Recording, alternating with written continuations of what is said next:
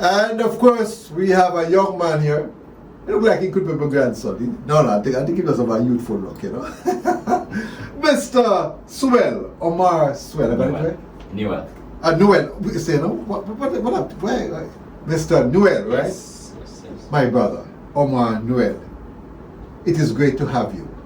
Thank you for having me, Vernon, and we appreciate the work that you've been doing to spotlight communities and representation across Jamaica. I was a big fan of At Your Service. And just keep on doing what you're doing. Yes, I really appreciate it. It's good to know that. But then you need to tell everybody that I'm here. Yes. Many persons believe that I've retired and I'm out of it. No, I'm here serving. I'll spread the good word. Thank you, my brother. No, you're into politics now, and it is good that we have more persons coming into politics because there's concern about the quality of our leaders. First thing I noticed about you can be trusted. We contacted you, gave your word, and not only you came here, but you came, I was going to say on time, no man, you came long before the time. I will tell you that many of our political leaders, they have no respect for time. So two things. One, I'm out of the Morris Guy school somewhat, and Dr. Guy hold on. Not Mr. Guy, you have to tell a special about him because he's one of those politicians when you call him. Yeah, man. He's on. Yes. He comes on. If you want to upset my member of parliament, show up late. So that's one. And second, some time ago I read about a cabinet in Trinidad. Right. Where the executive took a decision that they would turn up, I think it was 15 minutes early for any engagement they were invited to. And if it didn't start 15 minutes after the slated time, they would leave. And I think leaders have to take, and there are some things that will happen from time to time. So by the way, they can't be habitual. If that was Jamaica, we probably wouldn't have any meetings at all. Or we would start having every meeting on time. Jamaica time would start syncing up with the actual time. I love that. Jamaica time would have to sync with the actual time. Yeah. That is something that you see illegal. By the way, you mentioned Mr. Guy. But which constituency you will be representing? Central St. Mary, the Central constituency that Dr. Morris Guy currently represents. So you're not the candidate as it, because I know you have to go through the formalities of being nominated and so on. But one thing is for sure, for the People's National Party, you will be the man carrying the good, great. And the Standard Bureau. The Standard Bureau, fine. Now, we want to learn a bit about you. Where you come from? Your country want to? Yeah, man. Born at Port Maria Hospital. One of the things a few people tried to be mischievous about is how I answer the question of where I'm from. So I was born at Port Maria Hospital, and my grandmother took me home to Islington. Oh, okay. We were very poor, and so I have lived in many parts of the parish and the country. I went to basic school. Hold on, before you go further, you say you're very poor. Yes. Why you say you're very poor? I mean, financially. Oh, make that clear, because I will tell you, in those days, people were very rich. Yeah, man, I had a lot of breadfruit trees and we had a lot of ackee trees. So and you had good manners. Food wasn't a problem. Good manners and yes. care for people. You are rich. So I went to basic school in Islington and in Highgate. I went to primary school in Islington at Water Valley Primary. I went to Highgate Primary. I spent a little time at Long Road Primary. So that's 3 different primary schools. And in terms of high school, I went to both St. Mary High School and I completed at Titchfield. I've lived in Islington. St. Mary High. I've lived in That's where the girl that I was supposed to get married to went to St. Mary High. Well, sorry for you missing out. Yeah. no, that is serious. I did miss out. Yes. Yes. It's something that I've regretted for the rest of my life. If you're listening, I was going to put in a word for you, but I didn't go. I know you can give me trouble, you know. Anyway, you continue, my friend. I'm a troublemaker myself, as you probably know. Yeah, man. Yeah. So, substantively, I grew up in Highgate. 5 of us in a 1-bedroom house for much of my early days. It's a small family, man. 5? Yeah, with one bed. About 10 and 15, and you talk about large family. There you go. There you go. But we grew up very close. We entertained each other for a long. I never had a TV at home until I got to about grade 5 or grade 6. So we would. So you had more family time. Oh God, we would be each other's entertainment. Okay, My mother used to tell us stories. Yeah. She had a poem, Uriah Preach. Oh yes, Miss She would- Lauren. Yes. She would tell us, and You remember it? I remember parts of it. When you were say part of it, Alright. if I even part of it. She would say, "For my family no full of loops, my daughter soon they teach, and when rain fall or pass sick, my son Uriah preach." I don't remember the rest, bits and pieces, but And then Miss Lauren said, Aye. Look, me tell you something, when you are going to church, you see, I want to go up and, I want to see me that go up and down, you see. Lord's child, you see. I'm giving you a job. yeah, well, Good old yes, Miss Lou. Yes. But what it says, though, is that here's your mother. You have to learn a poem, I'll read that for you. That must have embedded a certain amount of Jamaicaness in you. And what if that doesn't happen these days? It's lucky. It did. I try to. I have an 8-year-old, one child, Yes. and I try to bring him into Islington as much as possible, because in my mind, Islington is the cultural capital of St. Mary Yes. and perhaps of Jamaica. That's where you have Dinky Minnie, I think. That is the home of Dinky Minnie. Dinky Minnie, right. So that is it in terms of early. I passed common entrance in grade 5 at Highgate Primary. I know I mentioned grade 6 earlier. Right. Mistake. So I passed common entrance in grade 5. My mom insisted that I sit it. A few teachers were protesting. They felt, because of the limited school spaces, they felt, it was a competition of who would get an opportunity first. And my mother felt, even if I wasn't prepared, I would at least get accustomed to the big exam environment. Right. And so I passed for St. Mary High School. And without dating myself too much, in 1992, Right. at 10, I started St. Mary High in first form. And, we're poor. A couple bigger boys gave some pants and shirt because I played so much karate in primary school that the primary school clothes couldn't serve in St. Mary High. Yeah. And I joke around a lot that my pants were so big in first form Yes. that I fearlessly went to class on the upstairs, on the upper level, because I knew if I fell over the rail, at least the pants would parachute. Oh, yeah. Oh, by the way, it's all that you're displaying right now. That's what our leaders need. To laugh at themselves. We take ourselves too blinking serious. Nobody can laugh at it. I worry with this. Yeah. And I hope it don't change you. This is how I grew up. Yes. As I said, we grew Continue up tell the story because entertaining each other. that I'm fascinated. So Yeah. So there are some aspects I won't delve deep into. My mother was in an abusive relationship with my stepfather at the time, and she had to run away pretty much from home. She made some arrangements prior. I moved to Anata Bay with an aunt, and she and my dad, who didn't have much of a relationship throughout my childhood, conspired and had me transferred to Titchfield High. And so I would travel from Anata Bay to Titchfield High School until one day my cousin saw me in school, and he was so upset that I was traveling that he went home and cried and whatnot, because my grandmother was living, and my grandmother was very close to me until she passed away. She was living about 5 miles from Titchfield High School, and so I moved to Portland in the second half of third form and started traveling to Titchfield High. where's that cousin, by the way? He's in the US. Call his name, man. Because listen, Gavin that McIntyre, shows that Manchester. somebody Yes. with a heart and who cares. That is lacking in Jamaica today. Yes. He's a year older than I am, so Yes. he was a student at Titchfield High at the time. In Titchfield, I started to, become the rebellious teenager. Started DJing, had a love for music, and I started. So hold on. You want to hear DJ? You better. You must come and program for that, because that's how we stay now. If I have one little light, because guess what now? I'm sure if you have some DJ thing on there, you have to give us some uplifting music. No, I don't have nothing. There's nothing I remember. No, that that's what thing up here. Worthy of here. No, that's one thing right about here. That's Rebecca. Yeah. Even about politics, even about your politics, even about the other party. I'm just make up one right now. I haven't done that in years. Don't be said just do something, no matter. Me, don't worry about it. That's fun we have. Alright.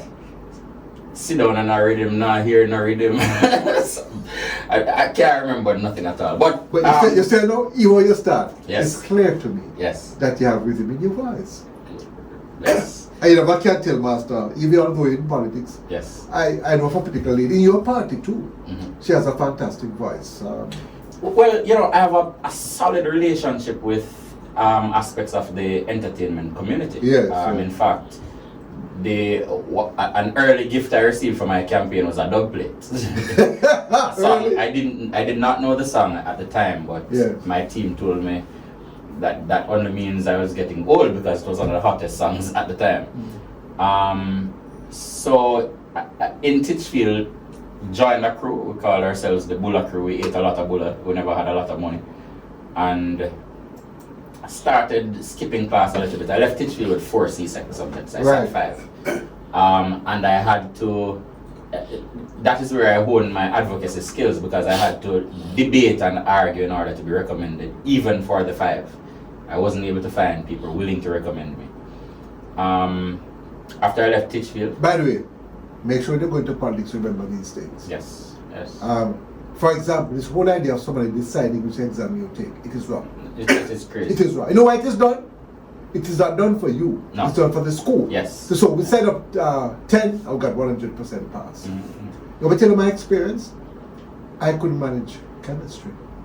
I was great at physics. So, the chemistry teacher told me that if I pass chemistry, he will resign from teaching. I failed physics, which I used to get a 100% for, and I passed chemistry. So I went to look for him the next day at his house, at Knox. He was still teaching. So we have to be careful when we make decisions about children. And that is something that we need to change. Mm-hmm. If parents have the money, the kids must take the exam. Mm-hmm. You know? So I started working with my dad after leaving high school, and my dad moved to the US around that time, and then I joined a program at Hartrust called SL Tops. SL Tops? School Leavers Training Opportunity Program. Okay. So I had too many C-Sec subjects to go into some that they had at the time, but I had enough to go into this. And I think a life-changing moment for me was being placed at National Housing Trust. And this is where I have to big up some people. I was placed in the cashier department. My supervisor was a lady by the name of Marcel Brown. Mm-hmm. And Miss Brown took me under her wings. Even now, we maintain a good friendship. And Yes, what happened? You do good to somebody. Next year, turn Prime Minister, she have a friend as a Prime Minister. That is why it is very important to treat people good. People remember you for that. Yes.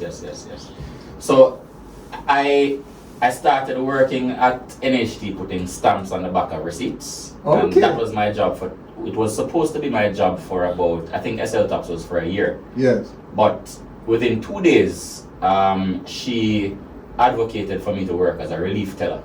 And so I started doing other things, and putting stamps on the back of an envelope was a 2-day work, was a 2-day job. While at NHT, I started a program called, one of the values was caring, and I started a program called We Care Adopt a Child, where I wrote a paper, we sent it out to staff, and they contributed a portion of salary to a fund. We used that money to pay for tuition, to buy books, uniforms, etc., and we provided mentorship to initially 5 students from inner city schools in Kingston. That program continues. When I moved back from the United States, I was invited to speak at a function they had for some students moving on to college. Right. And they surprised me because the students who they were adopting for that year were from St. Mary High School, of which I'm an old student. Yes. So after, I tell you what, I'm going to go for the break. Let's make a final point, and then we're going to move into other things after. Sure. What we have learned, Now we know we're into politics. Yes. So some morsel encouragement. I left NHT, went to college in the US, went to law school college in New York, law school in Chicago, and to cut a long story short, worked a little bit, started a business, moved back to Jamaica. Were you called to the bar then? I passed the New York bar exam though. Okay. On the first try. So you dropped the law, you didn't think of doing it in Jamaica? Yeah, and in fact, shortly after moving back home, I did an interview, and there was a little bit of miscommunication in terms of profession, where the host asked whether I was a lawyer, and my response was yes. But further in the interview, for those 3 seconds, there was a little bit of miscommunication. But further in the interview, I corrected. Yes. But there have been some amount of mischief where that is concerned. But I'm a businessman. That is professional what I do. Very interesting, my friend. So you're back in Jamaica? Fully. You could have stayed in the United States? My mom and my dad both live in the US. My dad is a citizen. My mom is a green card holder. Most of my siblings live in the US. I'm in Jamaica by choice. I love my country. And this is where I want to serve. And somebody going to tell you, like what they be telling me, somebody, you're a fool, you're a crowfield. I did profile. I did profile with Ian Boyne, and that was one of the things that he was fascinated about. Yes. The fact that I chose to move back home. They says one thing to come from Jamaica, but another matter to come back to Jamaica. Yes. Well, you come back to serve, probably appreciate that. Mark, those up there, so whatever helping still, I won't have absolutely. All right. My dad is a patriot. My mom is a patriot. And things with your dad, your things have healed quite a bit. Oh, I spoke about my stepfather. I have not yet talked about my dad. Oh, it's a stepfather. Yes. Okay. Yes. And by the way, when you go into politics, don't forget that one. Many persons are suffering. The law has changed to someone, but it's still a problem. People not talk, so that is still a problem. Correct. All right, you're listening to Rhythm FM, coming to you live from Kingston, Jamaica. We're broadcasting on the FM band at 102.1, 102.3, 102.5, 102.7, and 102.9 on the FM band. Welcome back. You're listening to Rhythm FM, coming to you live from Kingston, Jamaica. Yes, this is the feature of my representative. I'm your friend, Vernon Darby, and we have Mr. Omar Swell. Newell. I keep on saying, you know why? Because a good friend of mine, a permanent secretary, Swell. Yes. I'm sure you know of her, right? Audrey Sewell. Exactly. Yes. Swell. I worked with her a little bit. When they go to post office, somebody couldn't spell and then put the end instead of No. I have the same problem in my family, you spell D-E-R-B-Y, so some person spelling D-A-R-B-Y. I don't want you to lose the Newell listenership. So, believe me, there's no misspelling. No misspelling. Right. No, we do politics about that constituency. Tell me about it and some of the concerns you have and how do you see yourself making changes. I must tell you, I think that persons expect too much of their MPs. And what they expect the MPs to do, they expect the MP to be mother, father, brother, sister.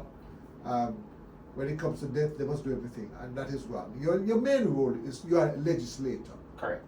But you are not a social worker. Correct. And I'll tell you, your constituents will pay their bills to National Water Commission faithfully, but if there's no water in the pipe, they won't call NWC. They will call the Member of Parliament. So you are expected to carry out all of those functions. So the first thing I considered in terms of representation is, if you don't love people, you can't seek to represent people. So I started. I didn't hear you. I don't hear too well. Say that again. If you don't love people, then you shouldn't seek to represent people. Then you should not seek to represent people. So I start off with that. I have a close and deep connection with my constituents. When I decided I was going to enter the race to succeed current Member of Parliament, Dr. Guy, who has been really a mentor and friend over many years. It was my doctor when I was a child growing up. When I decided to enter the race to represent, the first thing we did was a poll. And the pollster told me where I stood in the constituency. But in terms of the conversation outside of just the numbers, he indicated that in all the areas that he polled, that I am known, I am leading everybody. That's the first thing he indicated. So he said, in terms of your strategy, go to every area. You know, put in a countryman term, and say mash down as much grass as you can. Trample the grass.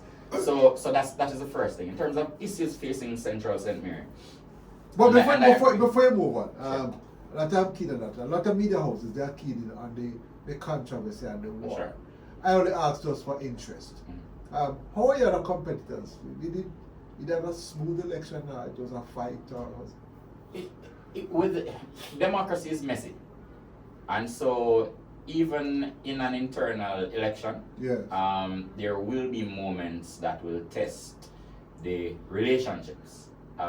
You know, especially you're competing with people who you generally work with and you will need to work with.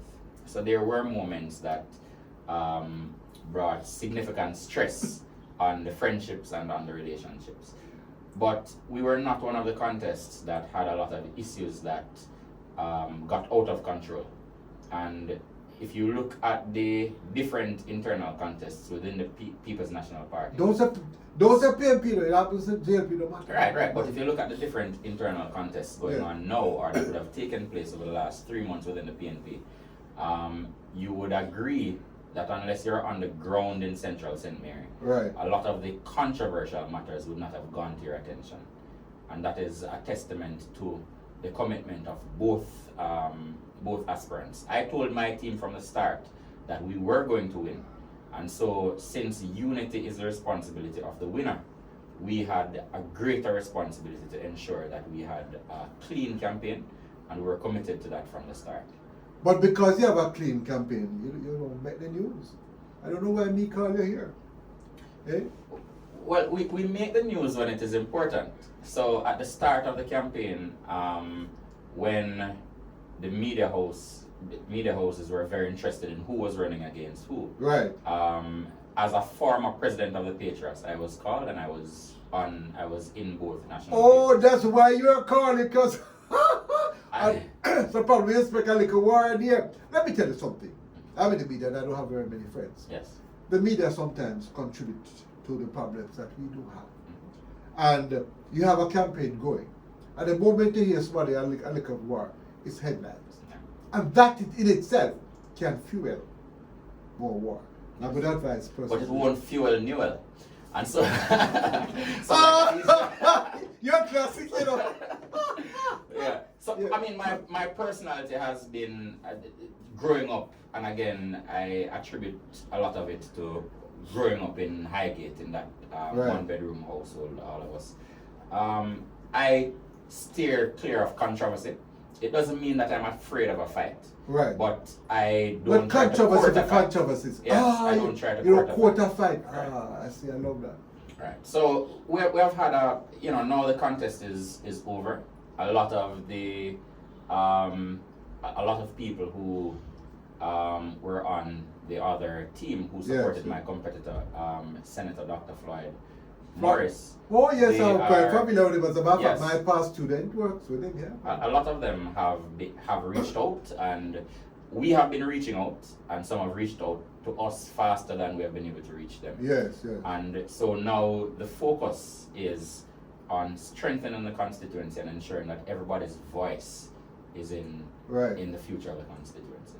But you know why you have the kind of fight sometimes? The political parties. I don't know why. We don't face enough, we can't look at Berber. I want Bex with Bex with it. Yes, no Berber out there. No Bex, no Bex. Couldn't care less. We tend to think that we need people who jump and chuck and hang off and so on. And we don't realize that there are quite a number of persons out there who believe in a ordered society. So don't pack up in the whole pan delegates. I'm going to go them. We know them are fight for it. What am I get out of it? I don't know what are they getting out of me. They So will fight and they go. I want to see television camera. My God, I want to into politics are there to show business. So we have no Buguyaga delegates in Central St. Mary. And again, that is why we had such a peaceful contest. Certainly not in the People's National Party in Central St. Mary. Because for some reason, you know, certain types of character, they just attach themselves like to these political parties. And they set the tone for the political parties. And not only for the political parties, they set the tone for the country. And it's a tone that we would not want to be seen internationally. So politically, we don't need to try our best. They're like an idler. Boy, when I'm nothing to do, I catch all power parties. Boy, we go set you up. I'm one of them I look for. Yeah, what if you get? What we have in Central St. Mary is a good class alliance. Right, A good diverse mix of people who are committed. And so, and again, you know, if you look at the spaces that I've been throughout the campaign, I've been on corner reasoning with everybody, but I was also the guest speaker at the JTA's Northeast Chapter Awards function, guest speaker at a number of primary school graduations throughout the constituency. And I try to be involved with people at every level within the constituency because I will be their representative, and you cannot represent. So the word representation has a particular meaning. You can't represent if you're not interacting and hearing from. And so I try and get myself in as many of those spaces as possible so that I can represent. I have a message here. We're going to play a little music before we continue. Tell them, say, it's about freedom of the press. Well, tell them, say, me say. Now your party may talk to you, because you're there as a PMP. Jail people talk to them already. And I'm going to talk to them again. We believe that freedom of the press is only about when government allow the press to speak out. When, as a political person, you only go on that station and don't go on the other station, what you're doing, you're suppressing freedom of the press. And my very first interview, well, I did a number of interviews the day of the selection, but the day after, the early morning interview I did was on one of the stations that it is said PNP people don't generally go on. I am not afraid. Which station is I'm not afraid. You're very familiar, but I'm not afraid of tough questions, and I'm not afraid of tough situations. Yes. So I'm here. That is good. So we must understand that corruption takes many forms. Yes. But we see corruption in terms of just money. So if, for example, you're a politician, you want to go on that station, go on the other station, to be a form of corruption. Because in going on that station, you're using your political clout to bring attention to that station. But if you're a media host and you're generally not objective and you're biased in a particular way, then that is also corruption. So we have to look at every form of corruption and recognize it and treat with it. But I tell you something. If, for example, like with me, it's a talk show, my position on certain things is clear. As my personal position, I make it known. The only thing I haven't said publicly is which party I vote for. And the only reason I haven't said it is because we don't fool in that country. We don't fool. Yeah, but we need to have a conversation about institutionalized tribalism within media entities. And that needs to be addressed. And some people address it by just not showing up and saying, well, I won't be a part of it. By the way, in the public sector, private sector, they do the same thing too. Because if I criticize a private sector organization, or there's a government entity, I can tell you, they're not coming on this program at all. And you should probably figure out which one. I know call it the National Waters Agency. No water. No, sorry, go ahead. I used to call that one no water coming. So, to me, that's a kind of... Good morning to all my good friends at both public entities. I will be in touch as I support the Member of Parliament in representing the needs of the people of Central St. Mary. So, we say, no, by being nice, we kind of want to victimize you. So, that kind of pettiness, we tend to blast the politicians, but the petty behavior is all over. Even in the public sector. They don't like so they're not going on the show. And when you invite an entity, you're a public entity, you're answerable to the people. Then I tell you something, there are some of them, you know, and I think they just don't write stupid. What's your listenership like? Oh, so you're going to go talk to 10,000 people, you're not talking to the 5. It shows your contempt. What I've always liked, and as I mentioned earlier, I was a huge fan of At Your Service. You have been one of the least confrontational journalists at some of the places that you have worked. And I think there's a way to get information out without being confrontational. And sometimes you will go into an interview to discuss a matter, and even if your counterpart from the other party is not there, you still feel as if you're in a debate with someone from the other party. Right. Journalists should be objective and should stand in the middle and should seek to get information. Yes. As opposed to just constantly taking a particular line. Well, I'm a talk show host, so I have my position. But at the same time, even if I disagree with you, it's not personal. Correct. I think we take it too personal sometimes. That persons get too personal. If I get this time, I'm going to tell boss. My sister, Sona, I think, listens to this program. Sona Darby. She sent me a message one day. She said, Vernon, you never agree with the man one time with the program, but yet all of you seem to have had fun. Exactly. You And can that- disagree, And you that know. is the non-confrontational approach that I speak of.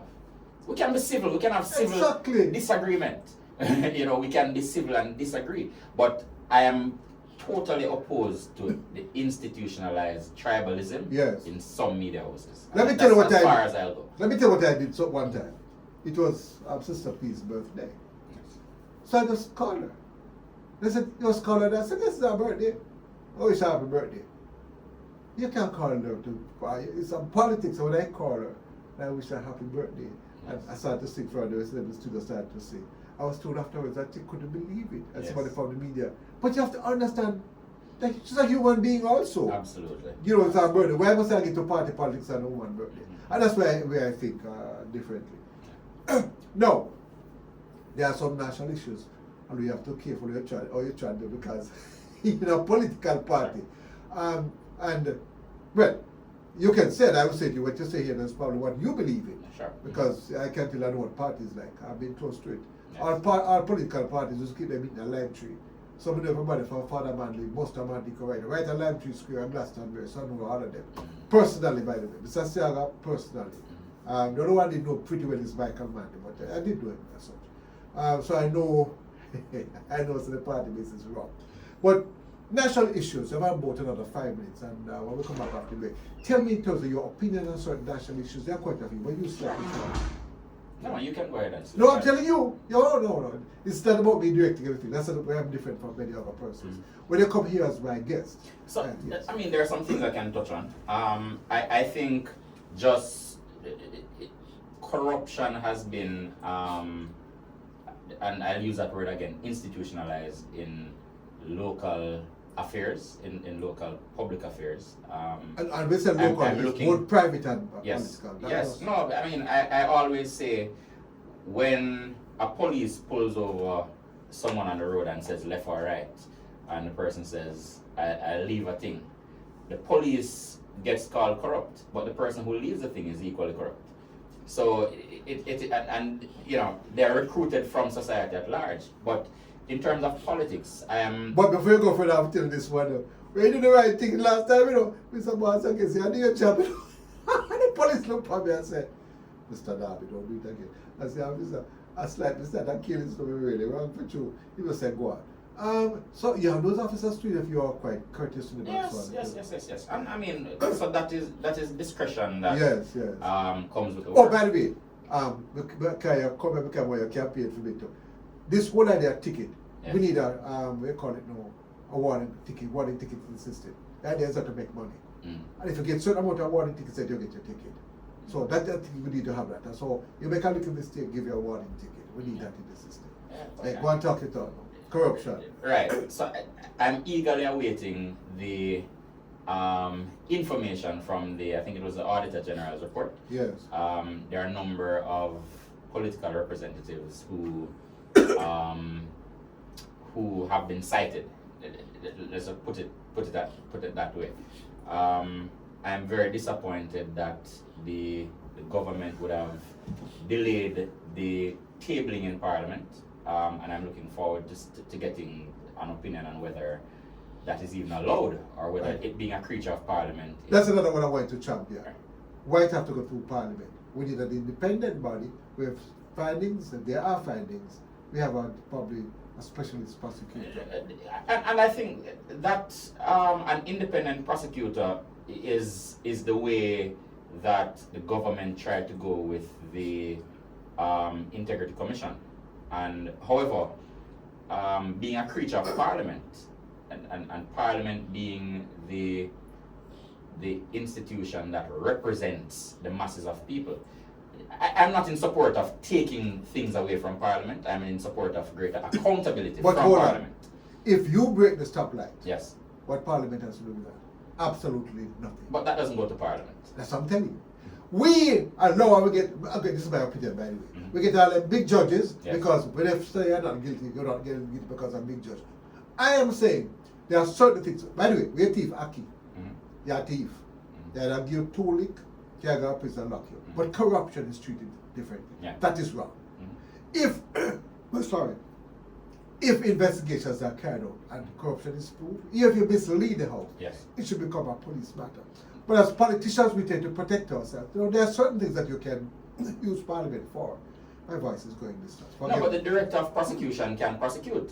It going to Parliament is really just a report that this is being done. And I'm saying I have no difficulty with the report going there if you have an independent prosecutor who can still prosecute if there is sufficient evidence. The point I'm trying to make to you, if the person will be prosecuted, whether or not he goes to Parliament, it's neither here nor Right. there.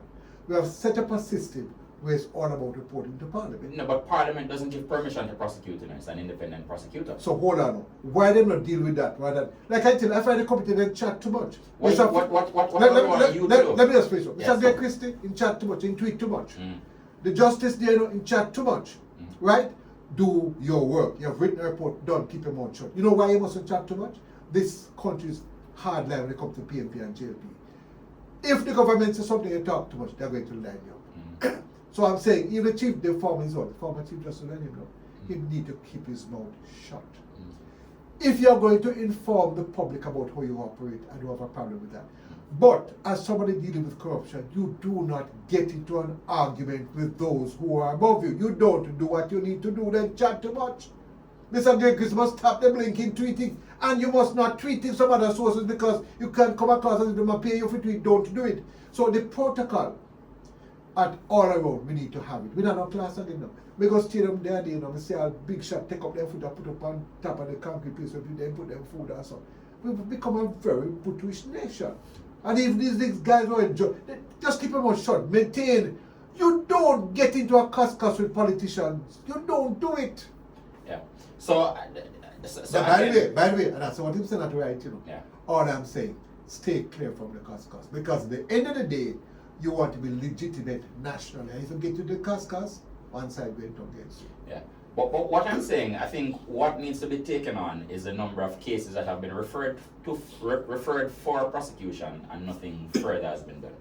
So that is one. Another issue. What is holding that? Tell me, what is holding that? I mean, in terms of I need to do a little bit more reading on the Director of Prosecution and what the role is. But I know there has been a lot of matters that were referred, for example, to the DPP for prosecution, right. And her ruling was that there's nothing to go forward with. So we need to look into how effective the mechanisms for prosecuting are concerned. But also, hold on. That's a separate thing from a matter being reported to Parliament because Parliament is not the body that says you prosecute or you don't. But at the same time, we have to ensure that those who are carrying out the investigations meet the requirements where such accusation can stand up in a court of law. Yeah. So because you can waste the resources of the government going to court and you have nothing to stand on. So carefully you link the but what has happened is competent lawyers in an institution would have some with prosecutorial experience would have reviewed and would have said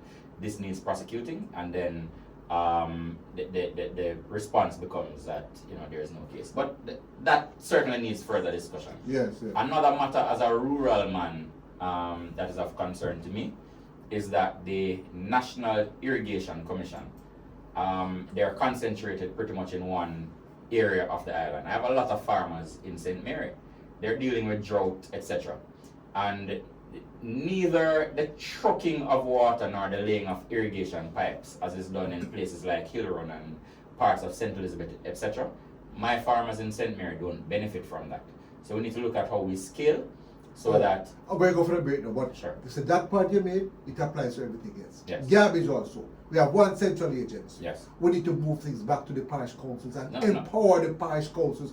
Me not see why the distribution of water in a parish must become another outside body. So the next thing I wanted to go to is I was very young when we had public works department, but a lot of elders I speak to, they're of the view that we need to get back to a point where your superintendent of works is living in the parish, going to different parts and experiencing some of the conditions, and there's a general view and feedback that the state of the roads were a lot better when this was decentralized. Darby, I tell you, we were better, but they were maintained and clean. But guess what? So we need to get back to that. Somebody want to control everything for a town. So when you control everything, you do what you want to do. It is wrong. I mean, generally, as a principle, you want to put things close to the people.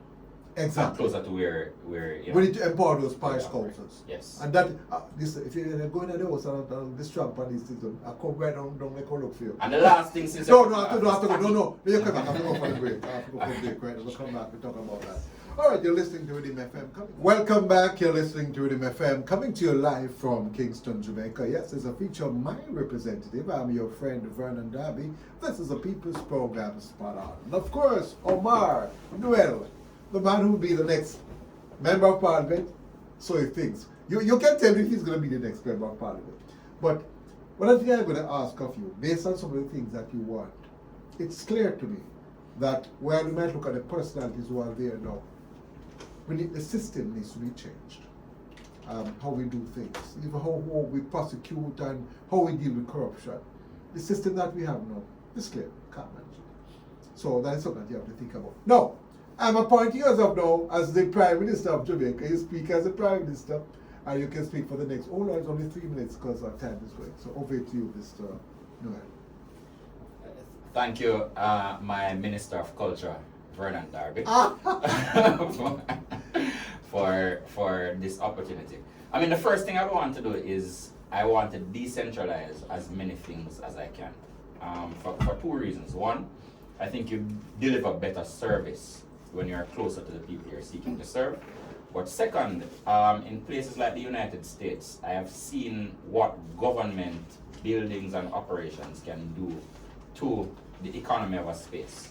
And so we want to bring as many services to the parishes as possible. The second thing I would want to do is just ensure we have a cleaner Jamaica. If basic things such as garbage collection, if a state can't handle that, it's pretty much a failure. It's a major failure as a state. The third thing is I know we have a Ministry of Health and Wellness, and I think Jamaica Moves was a good start. But in terms of the other things that can be done to promote wellness in the society, I don't think we have really capitalized on those, such as really a good social marketing program on diseases, preventing certain lifestyle diseases and making better choices. Things like building parks in communities across the country so that children can build their fine motor skills by climbing on a monkey bar and sliding down. That adults can have a space they can go and eat ice cream with their children on a Sunday and throw frisbee and different things to enjoy time. And especially since we are building up, especially in Kingston, we're not. There isn't as much sprawl in private homes as there used to be. Just more of those spaces become important. In terms of education, I would want to give greater focus to early stimulation, training parents on what to do in the household, but then seeing how we can attach and align as many early childhood institutions to primary schools as possible so that we can have better trained approach. A lot of basic schools across Jamaica still have either a church sister or the pastor's wife with no training, pretty much keeping company until the parents get home from work. We need to see how we fix that. I don't want to see how we can organize school districts. When I moved back home, I was guest speaker at a primary school at Highgate Primary, and I went to talk to my math teacher at St. Mary High School. She was excited at how high the students from Highgate Primary were scoring on PEP, but she was disappointed at the things she expected them to know that they didn't know. And sometimes because the teachers at the primary not interacting with the teachers at the high school, and so nobody really knows. Well, we have to go now. But I wanted to solve crime, but all right, no problem. Have to go now. One thing I can tell you, I hope that you don't change, because the opinions that you have expressed, these are the kind of things that our politicians need to talk about. And I hope too, if you change, the good Lord help you and be blast you when you go to the house if you talk differently. What you're saying now, these are the things, early childhood. And by the way, another thing we have to watch, the achievement of a child is not only by their academic performance. Correct. Discipline, order, and promoting children from class to class, whether or not they are competent in that area is wrong. My brother, Omar, Newell, thank you very much. Thank you for having me. And I hope you don't change. Jamaican family. Yes. Thank you for listening. Right. And keep listening, Vernon Darby. Thank you.